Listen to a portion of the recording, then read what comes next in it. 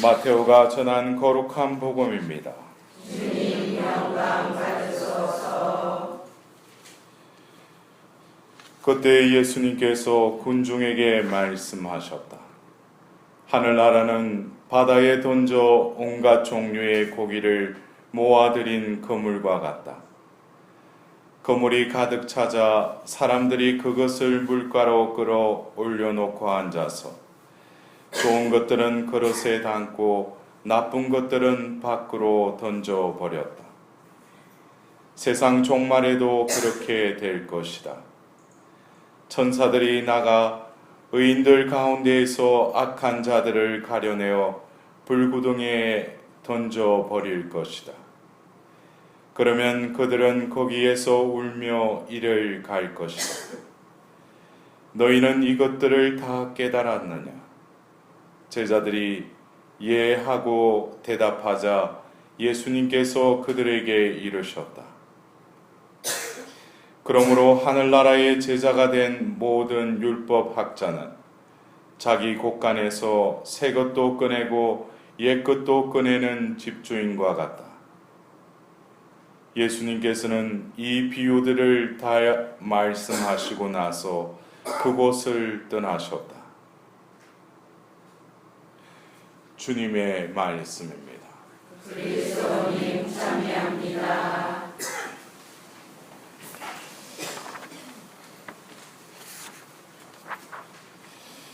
우리가 신앙생활을 하면서 우리가 이 현세를 살면서 또 하나님께 우리가 기도하면서도 또 우리가 떨쳐버릴 수 없는 여러 가지 그 미래에 일어날 걱정, 두려움 중에 하나가 이 종말에 관한 것이 아닌가, 심판에 관련된 것. 그래서 우리는 예수님의 그 공생의 말씀 중에도 종말에 관련된 이 말씀을 듣노라면 오늘 이 하늘나라의 비유를 우리가 들으면서 예수님께서 너희는 이것들을 다 깨달았느냐 하고 물으시는데 제자들은 예 하고 대답했다고 그랬어요. 여러분들에게 한번 물어볼까요? 예? 너희는 이것들을 다 깨달았느냐? 그렇게 웃으면서 예, 아니에요. 그럴 때가 아니에요. 지금 이제 종말을 앞두고 이거를 제대로 깨달아야지 우리가 구원받을 거 아니에요.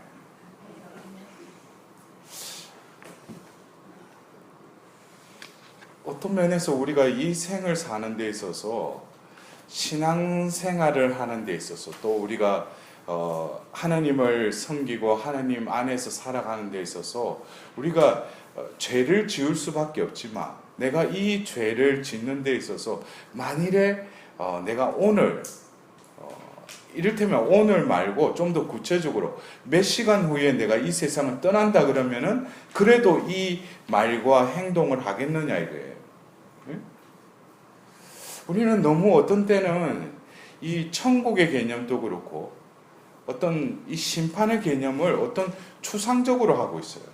실제적으로 존재하고 일어나는 것이 바로 하나님 나라고 이 심판이라는 거예요. 그러나 우리는 이 심판에 대해서 두려운 마음도 가져야 하지만 우리는 그것을 어떻게 하면 구원받는가에 대해서 성경을 통해서 하나님은 이미 다 말씀하셨어요. 그거를 우리가 깨닫지 못할 뿐이지 어쩌면 혹자 중에는 깨달은 이들도 있어요. 오늘 이 복음의 말씀과 더불어서 오늘 우리가 일독서의 탈출기 40장의 말씀을 들었습니다. 바로 그 하나님으로부터 받은 십계명판 그것을 이제 그 성막 안에 이렇게 모시는 어떤 절차와 방법들에 대해서 자세히 이렇게 묘사하고 있어요. 근데 이제 그 궤를 성막 안에 이렇게 모시고 나서 이제 그 만남의 그 천막이 바로 주님의 그 현존의 자리가 되는 거예요. 그래서 구름이 천막을 덮으면서 주님의 영광이 성막에 가득 찼다고 그랬어요. 여러분들 한번 이렇게 상상을 해보셔요. 주님의 영광이 성막에 가득 찼다. 근데 그 주님의 영광이 가득 찬 가운데 한가운데 뭐가 있었다는 거예요? 바로 하나님이 그들과 계약을 맺으면서 주신 그 계약궤가 그 중간에 있었다는 거예요. 그리고 이 이스라엘 백성들은 그 이제 이 여정, 이제 떠나는 이 방식도 구름이 성막에 머물러 있으면 그들도 역시 뭐예요? 떠나지 않고 머물렀다는 거예요. 그러나 이제 구름이 성막에서 올라갈 때 또 그들은 뭐예요? 이제 떠났다는 거예요. 이게 참 보면은 어쩌면 또 다른 차원에서 본다면은 우리가 주님이 머무실 때는 우리도 그 자리에 뭐예요? 머물러 있어야 돼요. 그리고 주님이 구름이 올라갔다는 것은 주님이 또 우리를 인도하신다면 그때 비로소 뭡니까? 움직인다는 거예요. 이것이 어떻게 보면은 우리가 삶에 있어서 내가 오늘 일어나고 내가 움직이고 내가 오늘 하루를 살아간다고 하는 것은 어떤 면에서 하나님이 이 이스라엘 백성들과 계약을 맺고 나는 너희의 하나님 되고 너희는 나의 백성이 될 것이다 하며 계약을 맺으셨는데 하나님께서 원하시는 것은 바로 당신이 머물 때 너희도 함께 머물러라는 거예요. 그리고 내가 떠날 때 너희도 함께 떠나자 이거예요. 아주 단순하죠. 함께 하자는 거예요. 그렇다면은 오늘 우리가 하답송의 만군의 주님 당신 계신 곳 사랑하나이다. 결국 이 성경의 모든 이 말씀의 흐름을 보면은 이 바로 당신이 계신 곳, 이것도 하나의 이 성경 전체의 흐름 중에 하나의 이 주제 중에 하나예요. 먼저 뭐예요? 이 세상을 당신의 말씀으로 창조하셨죠. 이것은 뭐예요? 이 세상이 바로 당신이 계시는 곳이기도 하다는 거죠. 그리고 때가 되어서 이스라엘 백성들을 선택하시고 나서 바로 이 만남의 천막을 통해서 당신의 현존이 그곳에 머무르기 시작한 거예요. 그러면서 결국 이 계약궤를 잃지 않으려고 여러 가지 빼앗기기도 하고 다시 되찾고 해서 결국 뭐예요?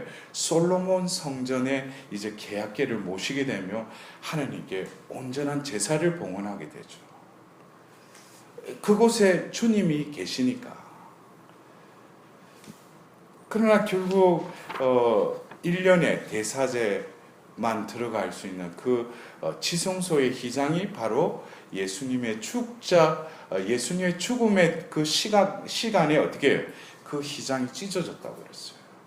이것은 또 다른 표징이에요. 이제는 어느 특수한 사람만 들어가는 것이 아니라 그곳에만 하나님께서 계시는 것이 아니라 이제 하나님이 어떻게 해요? 이제 어느 곳에서든지 머무시겠다는 거예요. 그 방법이 바로 신약에 하나님께서 이제 영을 부어주시면서 이 세상에 함께 하시는데 더불어서 뭐예요? 이제는 외부에 있는 만남의 천막, 성전에만 계시는 것이 아니라 바로 그 영을 사람들에게 부어주셔요.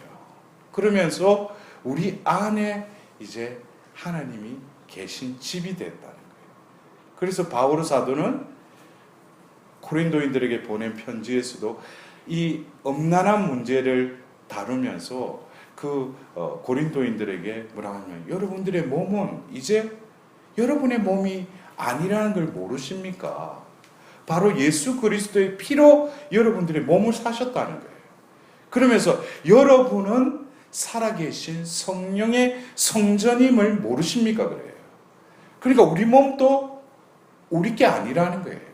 왜? 그리스도의 대속으로 인해서 우리를 사셨기 때문에. 더 이상 나는 나가 아니라 왜 하나님의 이제 소유가 되었다는 거죠. 그래서 당신의 백성들에게 뭡니까? 이 미사 성제를 통해서 다시금 이제는 너희들이 하느님 백성이다라는 것을 어떻게 하느님은 계속 그 관계를 맺어가셔요? 바로 성체성사를 통해서 살아계신 당신의 살과 피를 통해서 뭐예요? 우리 안에 또 들어오신다는 거예요. 우리 안에 머무신다는 거예요. 그래서 구약의 이 시편 저자인 다윗이 한평생 주님께 빌어 얻고자 하는 한 가지는 뭐라고 그랬어요? 주님의 집에 산다는 그것이오니 그랬어요. 다윗 역시 사무엘을 통해서 기름을 부으면서 하나님의 현존인 영이 그와 함께 머물러 있었어요.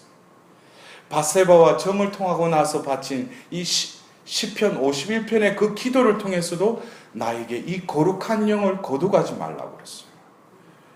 다윗은 바로 그 주님의 그 계약계, 바로 주님의 현존을 찾기도 했지만, 왕이 되었지만 그것보다도 주님의 집에 머무는다는 그것은 바로 내 안에 머무시는 주님의 현존, 이것에 늘 머물러 있었다는 거예요. 그렇다면은 우리가 이러한 관점에서 오늘 이 그 거물의 비유를 다시금 우리가 비추임을 받으면서 바라보자면, 이 거물의 고기들이 이렇게 잡혔는데, 당겨졌는데 그것을 사람들이 물가로 끌어 올려놓고 앉아서 어떻게 한다고 했어요? 좋은 것 나쁜 것을 가린다고 그랬어요. 좋은 것 나쁜 것. 이것을 다시금 뭐예요? 세상 종말에는 천사들이 나가서 의인들 가운데서 악한 자를 가려낸다고 그랬어요. 그리고 이거는 뭐예요? 의인 악한 자를 가려낸다는 거예요. 우리는 여기서 문득 그래요. 아, 내가 의인이 되어야 되겠구나. 내가 악한 자가 되지 말아야지. 이분법적으로 생각해요. 그러나 이러한 발상은 어쩌면 우리의 원죄의 흔적에서 나오는 거예요. 우리가 창세기 3장 5절을 보면은 그 뱀이 너희는 죽지 않는다 그러면서 이 열매를 따먹는 날 너희들은 눈이 열려서 하나님처럼 되어서 선과 악을 알게 될 줄 알고 그러신 것이다 그래요. 우리가 하나님처럼 되어서 우리가 선과 악을 알게 될 줄 안다는 거예요. 그러자 창세기 3장에 선악과 나무를 따먹고 나서 그들이 뭐예요? 눈이 열렸다고 그랬어요. 여기서 말하는 우리가 내가 의인이 돼야지, 내가 악인은 아니겠지, 이런 좋은 것 나쁜 것, 이건 역시 뭐예요? 나에게는 판단할 그 주체가 아니라는 거예요.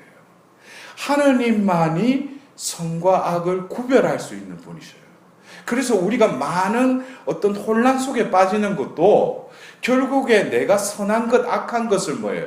내 기준에 대고 저 사람은 선한 사람, 나에게 있어서 저 사람은 내가 미워하고 내가 용서하지 못할 사람, 이렇게 이분법적으로 또 가려내요. 그 속에서 자기가 왜 나는 사랑하지 못하지? 이곳에서 또 혼란스러워해요. 정작 원인은 뭐예요? 자신이 사랑에 머물러 있지 않기 때문에 그러한 현상이 일어나는 것을 모르고 자신이 하느님처럼 되어서 뭐예요? 선과 악을 구분하면서 사는 거예요. 많은 이들이 그런 혼란 속에 빠져 있으면서도 종말 때에 중요한 것은 뭡니까? 심판의 주체는 누구예요? 나는 심판을 받는 사람이죠. 심판을 하는 사람의 그 마음을 우리가 알아차리고 그 마음에 들어야 될 거 아니에요. 근데 많은 경우 우리가 그래요. 어떤 선익을 쌓고 어떤 자선을 하고 내가 공로를 쌓고 자기 나름대로 생각해서 내가 이러면은 하나님께 구원 받겠지. 우리가 쉽게 말하자면은 어떤 입사 시험을 쳤는데 면접관 앞에 가가지고 우리가 어느 눈치를 봐야 돼요. 그 입사 그거를 주관하는 사람의 그 눈에 들어야 될 거 아니에요. 자기 것만 주장한다고 해서 그 입사가 돼요? 아니죠. 그것을 판단하는 사람의 그 사람의 마음에 들어야지. 우리 회사에서 필요하니까 입사해라고 받아들여주죠. 많은 경우 우리는 이 선과 악의 문제도 자기 카테고리 속에 갇혀있기 때문에 심지어 자기가 이렇게 하면은 하나님이 나를 구원하시겠지 하고 착각해요. 그러나 하나님이 보시는 눈과 내가 판단하는 것은 엄연히 이사야서 55장의 말씀처럼 같다 다르다는 거예요. 거기에서 빨리 그 착각에서 빨리 깨어나야 돼요. 그리고 자신의 그 하는 모든 것을 뭐예요? 우매하고 어리석은 지심을 빨리 깨닫고 더불어서 어떻게 돼요? 그때는 성과 악의 이분법적인 논리에서 이제는 어떻게 됩니까? 무엇이 하나님 뜻인가? 또 반면에 뭐예요? 뭐가 하나님 뜻이 아닌가? 라는 것을 분별하는 것도 어떻게 내가 하는 것이 아니라 성령을 통해서 하나님 빛에 의해서 그것을 인도해 달라는 거예요. 결국 많은 경우 우리는 심판에 대해서도 주님 제가 이랬으니까 저는 구원받겠죠? 하나님의 척도와 기준은 달라요. 왜? 우리는 이렇게 하는 걸 하나님 보시겠지 그러지만 하나님께서 정작 보시는 것은 내가 한 행위가 아니라 우리 마음보를 보셔요. 마음의 중심을 보신다고요. 그러면 마음의 중심을 보시는데 우리가 성경에 이 주님의 계신 곳, 결국 성경의 마지막 권의 마지막 장의 마지막 절 바로 앞절에 이 모든 일을 증언하신 분이 내가 곧 간다 하자 그 말을 들은 사람이 뭐라고 해요? 아멘 오십시오 주 예수님하고 성경은 끝을 맺어요. 이것이 어떻게 보면 종말의 조건에 대해서 아주 일목요연하게 성경의 마지막 기절에 딱 하두와도 같은 이 말씀을 집어넣은 거예요. 아멘 오십시오 주 예수님. 이 말씀을 이렇게 응답 드릴 수 있는 사람은 어떤 사람이 이런 응답을 드릴 수 있겠어요?